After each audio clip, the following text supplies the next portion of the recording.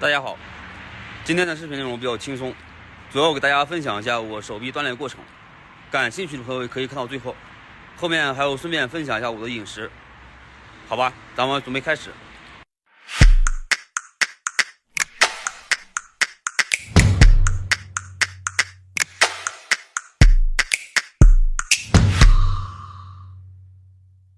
手臂训练的时候，应该先练二头，二头热身几组以后，再去锻炼三头，这样练三头的时候就不会出现肘关节不适的问题。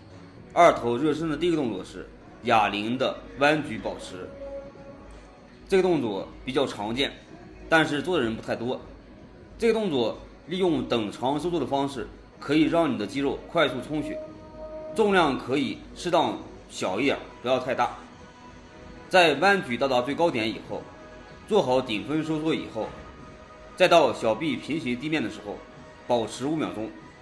做的时候可以尽量下压肩膀，保持肩膀稳定。这个动作我做4组，每一组重量都是一样。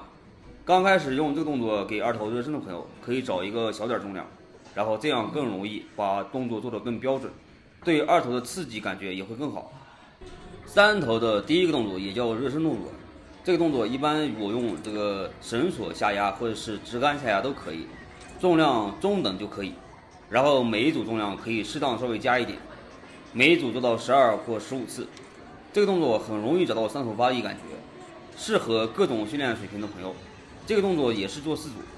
二头训练的第二个动作是坐姿的木狮凳杠铃弯举，这个动作对于我来说刺激效果非常好，而且我每次用的重量也不大，就是每边10公斤。然后这个动作做4组，做动作的时候每一组可以有意识的改变一下两手的握距，可以从宽握、肩宽握还有窄握这样去变换握距。握距不同，对二头、长头、短头的刺激程度也不一样，大家可以根据自己的需求，然后灵活去改变一下自己的两手握距。三头训练的第二个动作是颈后的绳索臂屈伸，这个动作是要求大臂和身体夹角差不多180度。这个动作的好处是可以把重量加得很大，而且相对来说比较稳定。这个动作对三头肌、长头刺激程度非常明显。三头肌小的那些朋友可以有针对性的多去训练一下你的长头，这样三头肌从后面看会非常饱满，而且对于三头肌整体的维度提升非常有帮助，因为长头的体积非常大。这个动作也是做4组，每一组重量递增，然后一直加到这个器械的最底下那一片，每一组做10到12次。二头训练的第3个动作是杠铃的站姿滑动弯举，这个动作要求大臂在身体侧面靠后的位置这样去做，这样可以更好的刺激二头的长头去发力。这个动作也是做4组，重量不变，然后也是每一边10公斤一个杠铃片，每一组做10到12次。结合前面2个动作，对二头整体刺激程度非常高。练二头感觉不太好的朋友可以尝试一下我现在用的这3个动作。三头的第3个动作是哑铃的仰卧臂屈伸，这个动作哑铃重量不需要太大，然后12.5或15都可以。然后这个动作要求大臂尽量去垂直地面，这个动作每组做12到15次。这个动作可以很好的改善你三头的分离度，这个动作做完以后，你三头的整体的分离度会更加明显。这个动作和动作1、动作2的感觉完全不一样，大家可以去尝试一下。Come on.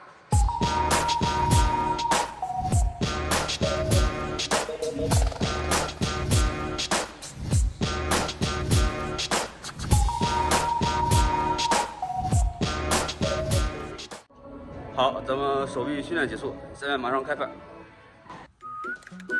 今天吃的菜是鸡胸肉炒芹菜。我上次买了一个芹菜是那个粗的，就是那个杆子很粗，没有叶子那个。上次炒完以后感觉特别老，然后里边那个炒不烂，所以这次买了一个新的芹菜。这个饭是晚上做。因为我每天中午回来，然后时间比较晚了，如果再做饭的话，吃晚饭会盛满。我中午吃的饭一般是前天晚上做好的，就是中午锻炼完以后，然后第二天中午来直接拿微波炉一热就可以吃了，这样很方便。而且我每次做饭就是一次做饭，然后就会把这个一天的午饭都做好，然后把这个今天晚上这一餐，还有睡前那一餐，以及明天中午那一餐，然后饭都做好，然后就这样不用我每次都做饭了，对吧？好，芹菜叶子已经弄完了，然后咱们准备洗一下。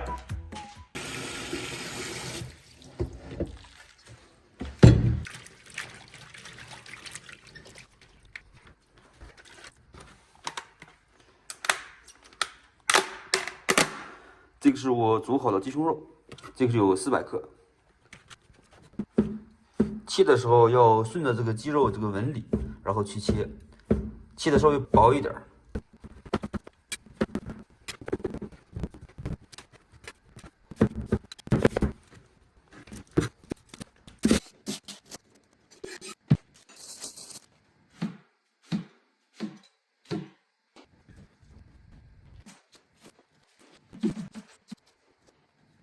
好，菜已经切好，咱们准备做饭。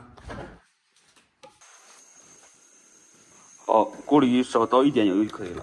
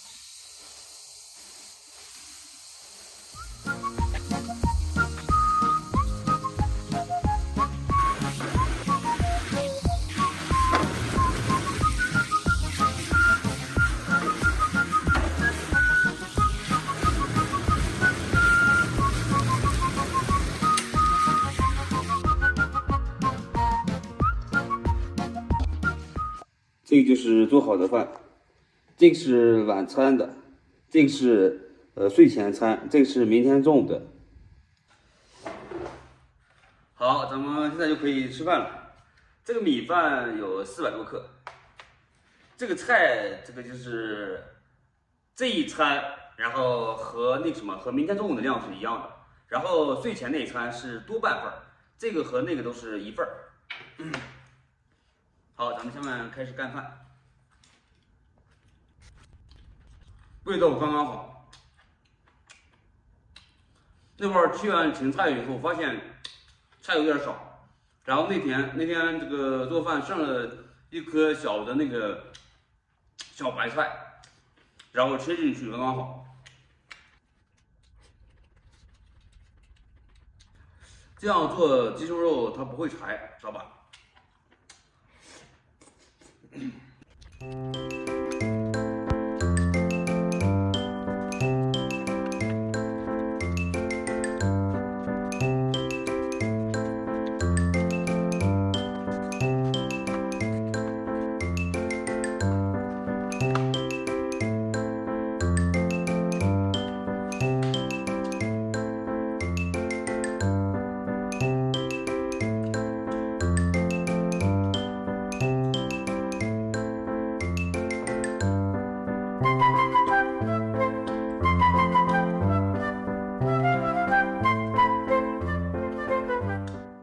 好，这就是今天所有内容了。